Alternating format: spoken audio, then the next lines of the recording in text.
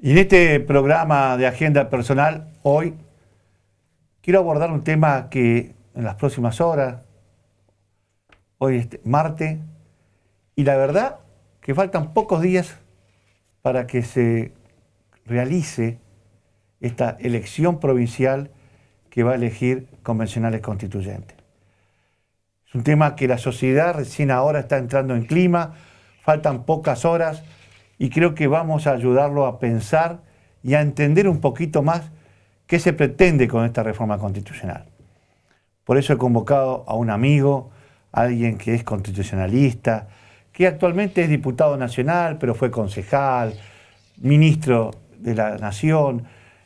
Diego Giuliano, buenas noches, ¿cómo te va? Un gusto grande, Carlos, acompañarte en este programa. Bueno, sos constitucionalista porque das cátedra de constitucionalidad en la facultad, ¿no? Así es ya algo que en mi vida, desde hace muchos años, te diría más de 35 años, que soy profesor de Derecho Constitucional en la provincia de Santa Fe.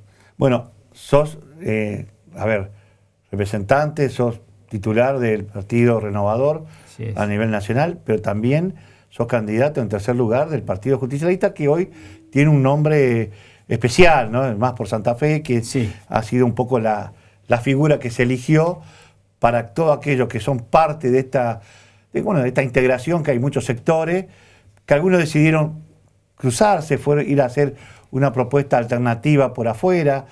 Hay dos candidaturas del peronismo que se identifican con el peronismo, pero que no es el pensamiento del PJ, digamos. El justicialismo en esta hora tan fundamental de la provincia de Santa Fe, después de haberla gobernado tantos años, tiene que tener una postura, y creo que logró la mayor unidad posible. Yo lamento que haya sectores relevantes del peronismo, o por lo menos que han sido candidatos del peronismo, que hayan decidido salirse del peronismo, pero en el caso nuestro creo que hemos logrado una integración muy importante con, en este caso, Ciudad Futura, Juan Monteverde, un hombre que en el sur lo conocen mucho, lo conocemos mucho, primero porque tuvo un desempeño social muy fuerte y luego porque, llamado a la interna del Partido Justicialista de la ciudad de Rosario, ganó la interna del Partido Justicialista, en ese momento a Roberto Zuckerman, le gana la interna y luego estuvo a 7.000 votos de ser el intendente de Rosario por el peronismo. Entonces, siempre pensamos que no había que desperdiciar esa experiencia institucional, política. Y ese caudal de votos. No había que desperdiciarlo.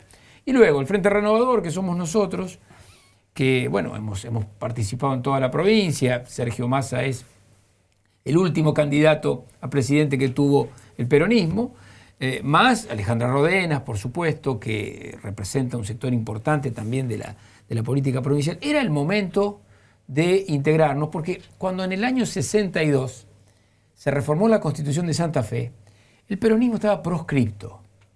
No se podía decir la palabra Perón, ni se podía hacer ninguna alusión al peronismo. Perón estaba en Puerta de Hierro, en España, proscripto, exiliado, no lo dejaban venir. Y los pseudos peronistas estaban disfrazados de otros partidos que después se fueron también de la convención. Así es. Y eso vamos a contarle a la gente. El peronismo no participó. No pudo participar como peronismo, entonces hubo tres banderas, otras expresiones que después terminaron rompiendo en la Constitución, en la constituyente, digamos. Pero sí que no fue una constitución con todos los partidos. No. Es decir, fue la constitución que tenía la presión del golpe de Estado, porque era un momento clave.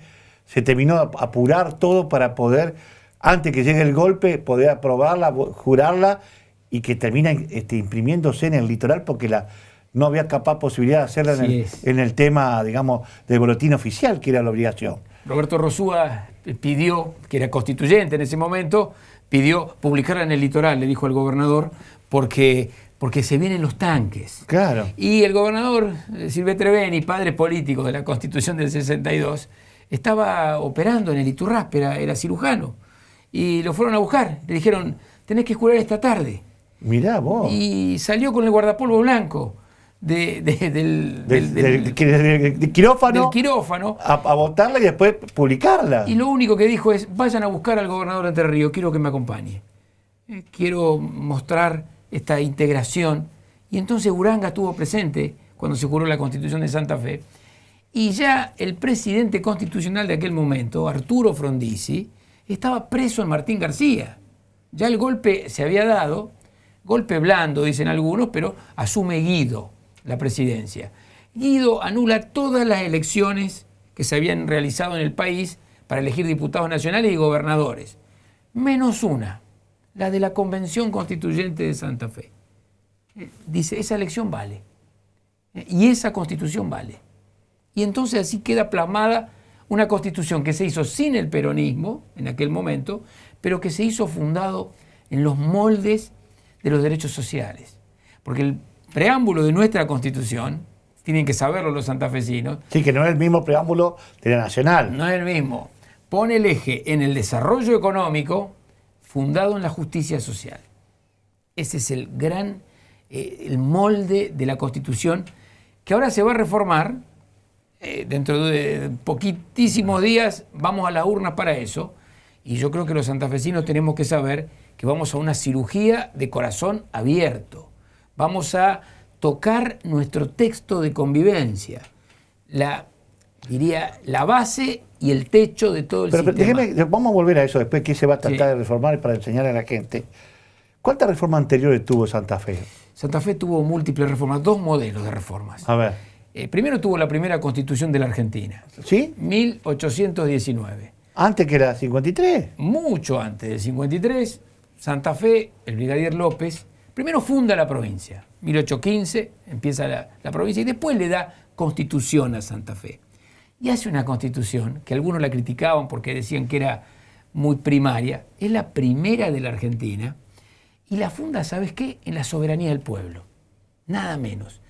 En Buenos Aires, unos meses después, se jura una constitución, la de 1819, nacional, fundada en una visión monárquica y aristocrática. Estaban buscando un príncipe, monarca.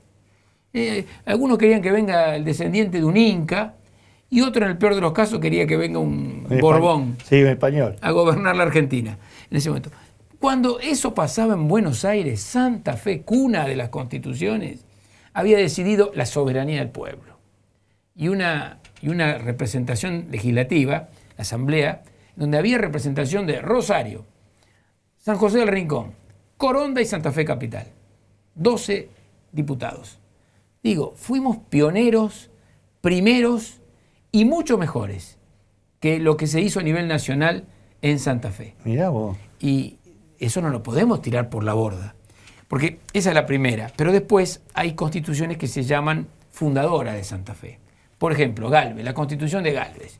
Esa constitución, lo que el gobernador Galvez plantea es la apertura a la inmigración, a abrir los brazos de Santa Fe a la inmigración y a las colonias agropecuarias. Lo mismo pasó con Oroño. Después viene la Constitución de Iturraspe. Y hay otras constituciones que son de réplica, que cuando la nación cambiaba, Santa Fe cambiaba. 1853, 1854 en Santa Fe. 1860, la Reforma Nacional, 1862 Santa Fe. Luego la Constitución del 49, la Constitución justicialista. Sí. Santa Fe también enseguida toma las ideas sobre todo los derechos sociales. Y una constitución particular, la de 1921. Esa, ¿no? Esa es la gran constitución, ¿no? ¿Por qué? Porque es una constitución que, en 1917 se incorporan los derechos sociales del trabajador, la familia, los ancianos, la mujer, a las constituciones en el mundo. Esto fue en México, Querétaro. En el 18 lo hace Alemania, Weimar. Luego viene Estonia y Polonia. ¿Saben quién aparece ahí? Santa Fe. No. La quinta constitución del mundo en incorporar los derechos sociales. Entonces, ¿cómo nosotros vamos a traicionar la mejor tradición constitucional y social de la Argentina, y yo diría de mucho más que la Argentina? Cuando uno toca ese texto, tiene que saber que está tocando la piedra fundamental. Entonces, en el 62, vos lo dijiste claro, en 1962 Silvestre Béniz decide un proyecto de provincia y le da constitución. Y ese proyecto de provincia era Santa Fe, la cuna del nuevo federalismo, del federalismo moderno.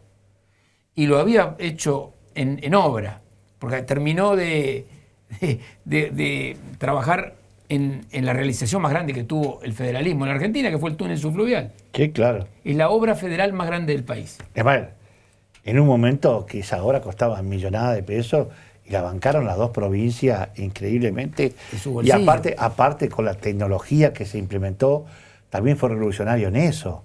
Porque Totalmente. fue todo el mundo que hacer un puente, y dijo no, porque el puente necesitaba autorización nacional.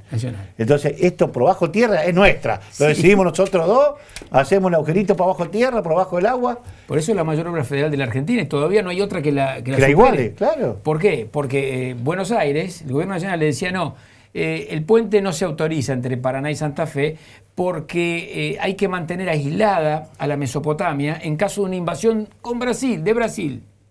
Esa era la excusa, está escrito. Mirá. El informe. Silvestre Beni lo llama a Uranga y le dice, vamos a hacerlo nosotros. Pero claro, nosotros no podíamos hacer un puente. Bueno, hagamos un túnel. El lecho del río es nuestro. Exacto. Contestación de Buenos Aires. Se los va a llevar el río en la primera inundación. No fue así. No fue así. Y ahí le dieron constitución a Santa Fe. Ahí ensayaron un modelo de provincia.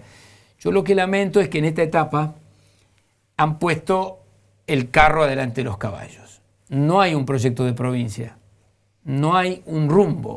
Lo que hay es la voluntad de un gobernador que algunos lo simplifican en su autorreelección. Yo no creo que eso termine siendo así, porque eso le hace mucho mal a Santa Fe. Es decir, pensar solamente en la autorreelección del gobernador actual es pensar en los próximos 3 años. Ahora, vos decías en otro programa que te escuché que esta constitución de Santa Fe fue sabia y que hasta previó que las nuevas cosas que a nivel Constitución Nacional o derecho para el ciudadano automáticamente sean parte de la Constitución.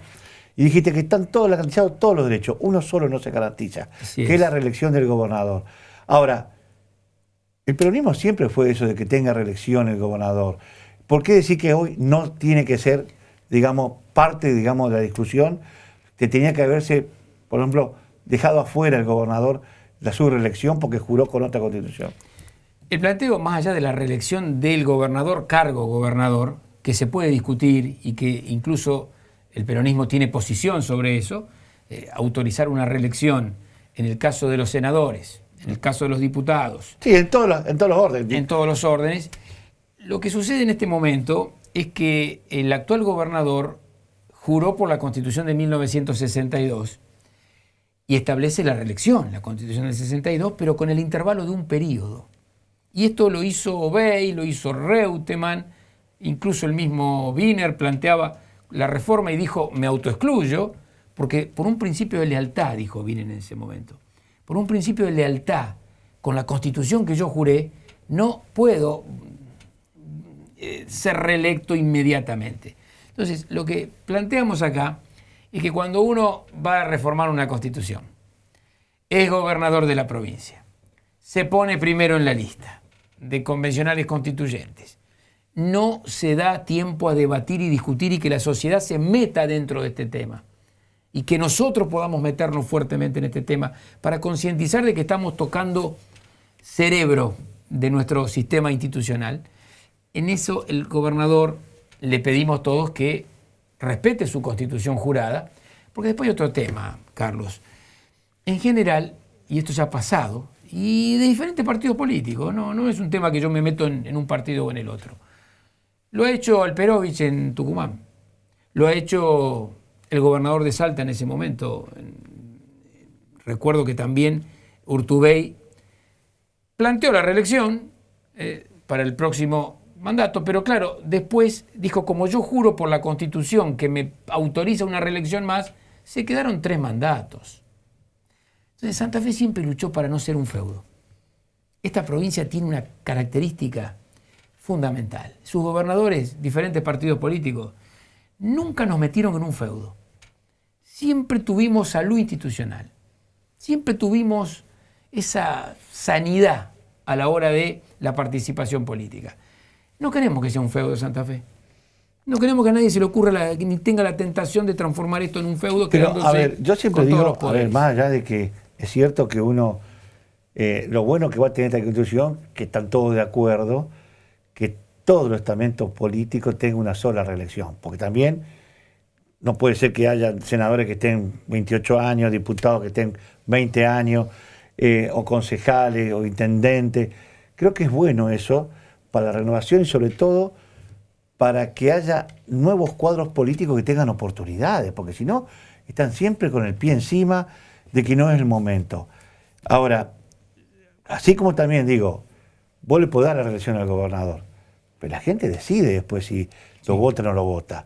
Eso es cierto. Entonces ahí es donde vos decís, bueno, podrá tener la reelección, pero será la gente que dirá, che, no me gustó tu gestión o no creo que sea bueno y podrá hacer el cambio que quiera. Por eso digo, yo creo que esta Constitución hay que contarle todo a la gente y tiene que saber que es un cambio, como decían ustedes, por mucho tiempo. Sí. Acá costó 60 y pico de años para que, es decir, exactamente creo que 62 años para que volvamos a tener la posibilidad de reformarla. Ahora, dos razones, Carlos, dos razones simples por las cuales no planteamos que este actual gobernador admita su autorreelección inmediata. Primero, porque eso habilitaría la posibilidad del tercer mandato. 3 periodos, que ningún santafesino ha tenido ni en la historia, ni en el presente, ni en el pasado. Y segundo, yo sé que, y es correcto, que haya, la gente es la que decide, la gente es la que vota, pero también es cierto que un gobernador que, por ejemplo, en la actualidad, desde el sillón del brigadier, con todos los recursos del Estado, hace campaña en favor de su propia candidatura, eso también pone en desventaja al sistema político. Entonces, 2 razones. Triple mandato, no.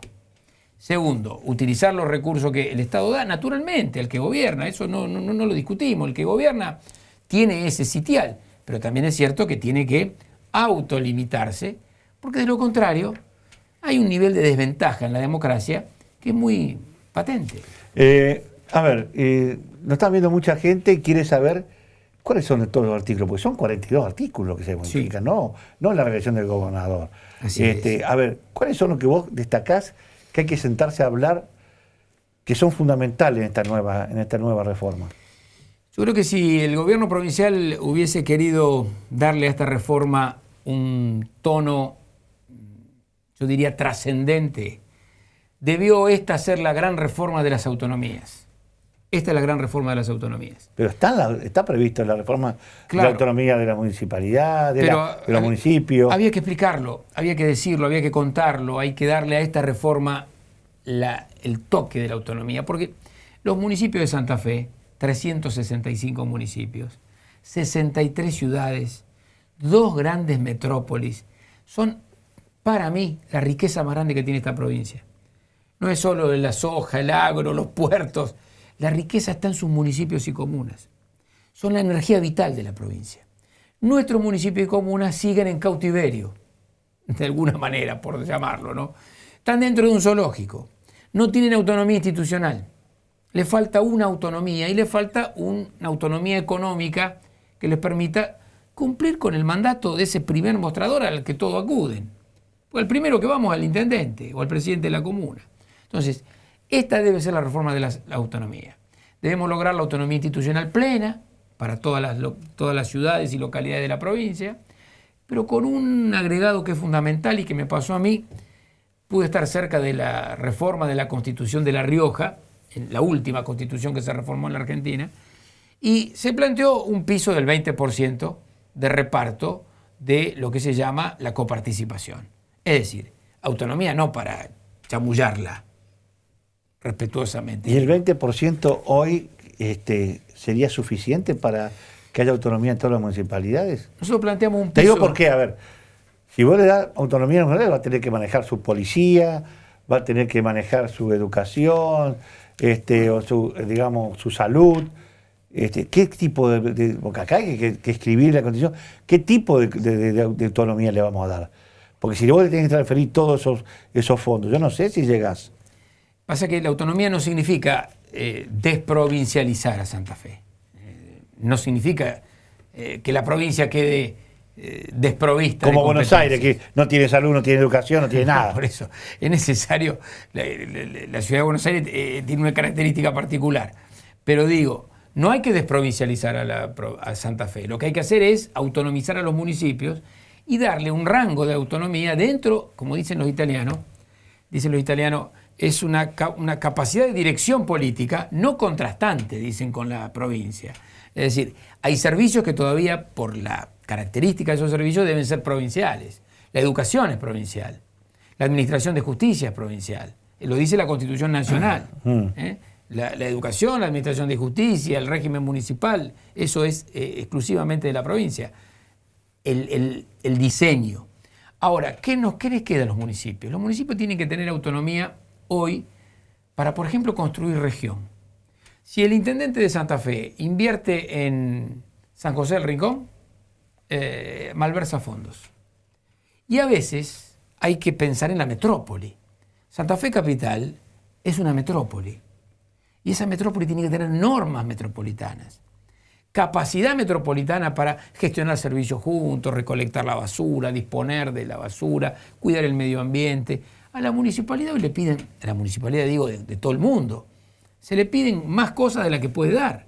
Y en Santa Fe también. Entonces, para Santa Fe y Rosario, las dos grandes metrópolis, la metropolitaneidad, es decir, regiones municipales. Para los pequeños municipios, que en Santa Fe hay 360, o sea, nosotros tenemos 365 unidades locales, nuestra gran riqueza. Vieron que están a 11, 20 kilómetros más o menos una con otra.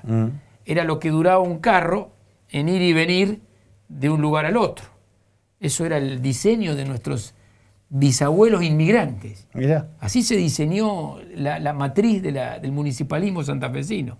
Lo que duraba en un día, de ir y venir un carro de un lugar al otro. Bueno, eso es muy rico. Eso los que no lo tienen lo quieren tener. Los chinos fabrican ciudades. Todos los días fabrican una ciudad nueva dentro de su posibilidad. Sí, impresionante. Para evitar la urbanización masiva, para evitar ciudades descontroladas. Porque las ciudades que son tan grandes concentran riqueza, pero también pobreza. Entonces hay que tratar de ir generando desarrollo en el lugar donde uno nació, donde uno quiere vivir. Esto es lo que Santa Fe hoy tiene que resolver. Y creo que es lo más lindo de esta reforma. Después están las discusiones más políticas. Derecho no falta ninguno. Salvo el del gobernador de ser reelecto, derecho no falta. Hay que esclarecer algunas instituciones. Sí, la Defensoría del Pueblo, que está en la ley, pero no en la Constitución. ¿No tiene que ser constitucionalista? ¿Tiene que estar constitucional? Tiene que estar constitucionalizado. ¿Saben por qué? Porque tiene que tener ese rango, esa jerarquía. Bien. Defensor del Pueblo. Y el tema, por ejemplo, del MPA, que sea parte constitucional, ¿es conveniente? Bueno, esta es una discusión que se va a dar en la doctrina. La Nación lo definió como un extrapoder. Es decir, fuera de los tres grandes poderes, otro poder que es la acusación y la defensa en materia penal y en materia civil. Yo creo que ese tema tenemos que tratarlo también, porque tenemos leyes. A mí me preocupa que lo del MPA se convierta en un cuarto poder que ya tiene demasiado poder hoy en la práctica y que tenga un rango constitucional y que quiere ser evitado, controlado por la legislatura hoy, que la parte política lo controla, quieren autocontrolarse por ellos mismos con una especie de control que sean fiscales o abogados, todo el mismo rubro, donde ahí la corporación termina beneficiando y cuidando a algunos fiscales que han hecho mucho desastre. La concentración de poder, Carlos, es la peor de todas las soluciones. Pues cuando uno no tiene control y además concentra nada menos que la acción penal, la capacidad de acusar en el sistema penal, obviamente que requiere de controles cruzados. Esto ya es pero del siglo XVIII. Pesos y contrapesos. Límites, el poder, todos sabemos que el poder es uno solo. No hay 3, 4 poderes, hay un poder. Y el colegio de la magistratura... Pero ese poder hay que limitarlo, hay que ponerle tope a través de la división de poderes. Y el colegio de la magistratura que tenga rango constitucional. El Consejo de la Magistratura tiene que estar, porque... No, porque aparte se cambia siempre. Viene un gobierno, le da bola, no le da bola, que cambia como el sistema de puntaje para... No están claras las reglas. Una vez tiene que estar clara cómo se accede al Poder Judicial. En Santa Fe no hay hoy Consejo de la Magistratura. Y hay un supuesto Consejo de la Magistratura. Hay un comité evaluador. Hay un comité evaluador que se hace por sorteo, un comité de evaluación. Pero luego lo que hay es un listado y el que se saca 4 es igual que el que se saca 10. Y el gobernador puede elegir a cualquiera. Yo creo que el Consejo de la Magistratura le va a hacer muy bien a Santa Fe. Sí, porque puede que haya una ley de cómo se va a organizar y cómo va a funcionar. Esto también le va a dar algo que va a quedar establecido para que todos sean iguales, porque si no, viste, según el humor de cada gobernador, es cómo se eligen las autoridades. Y las autoridades hay algunas que quedan de por vida. Hasta ahora va a estar cambiado de 65 de la Corte Suprema a 75. Sí. Entonces, hay un montón de cosas que uno tiene que pensar en el futuro. Y en el tema, porque nos quedan poquitos minutos, y este cambio de la inteligencia artificial, ¿cómo va a incidir en tomar también decisiones de incorporar algunas cosas nuevas en la Constitución? Porque va a ser grave esto. El tema de la inteligencia artificial va a dar mucho que hablar en los próximos años, ya cerquita. Sin duda, y hay que tenerlo en cuenta porque la inteligencia artificial es una herramienta, un instrumento trascendente, pero claro, el problema es cuando empieza a tomar decisiones propias la inteligencia artificial, o peor aún, cuando quiebra eso que inventó el constitucionalismo moderno, la esfera de la intimidad, la esfera de los datos personales. Hoy en día los datos están robotizados, se llama. Sí. Es decir, el metadato. Es decir, uno deja datos en todo el tiempo que está en el teléfono, cuando va a una ruta y las rutas son inteligentes, cuando se despierta a la mañana, a la hora que se despierta. O cuando mira una página que quiere comprar, todos saben. Entonces, esos... yo escribí una vez un artículo que salió en una universidad en España que se llamó Dios perdió un derecho. ¿Por qué? Porque Dios, según la definición de San Pablo, es todo en todos. Es la mejor definición de Dios, dice, que se ha dado. Sin embargo, ahora hay empresas, Oracle, Microsoft, para no nombrar algunas que están acá muy cerca, que tienen todo de todos. Sí, manejan todo. Entonces tienen perfiles perfectos, te conocen más que tu madre. Por eso después te pueden mandar información a tu WhatsApp, o te pueden mandar a tu Facebook, a tu cosa, texto que vos querés escuchar y ver cómo se han manipulado elecciones, se han manipulado otras cosas. El habeas data ahí, solamente eso. La Constitución tiene que incorporar el habeas data. Que fuera en la Constitución Nacional, que fue muy importante, lo hizo una marplatense, Norma Godoy, que nadie lo tenía y la tiró. Y la verdad que fue una sorpresa que nos empezó a garantizar un poco de seguridad. Los datos personales. Exactamente. Gracias que nos fue el tiempo, como siempre, esto queda corto, pero gracias por haber compartido este momento y esclarecido a mucha gente de qué es lo que hay que hacer con la reforma. Muchas gracias a vos por la invitación.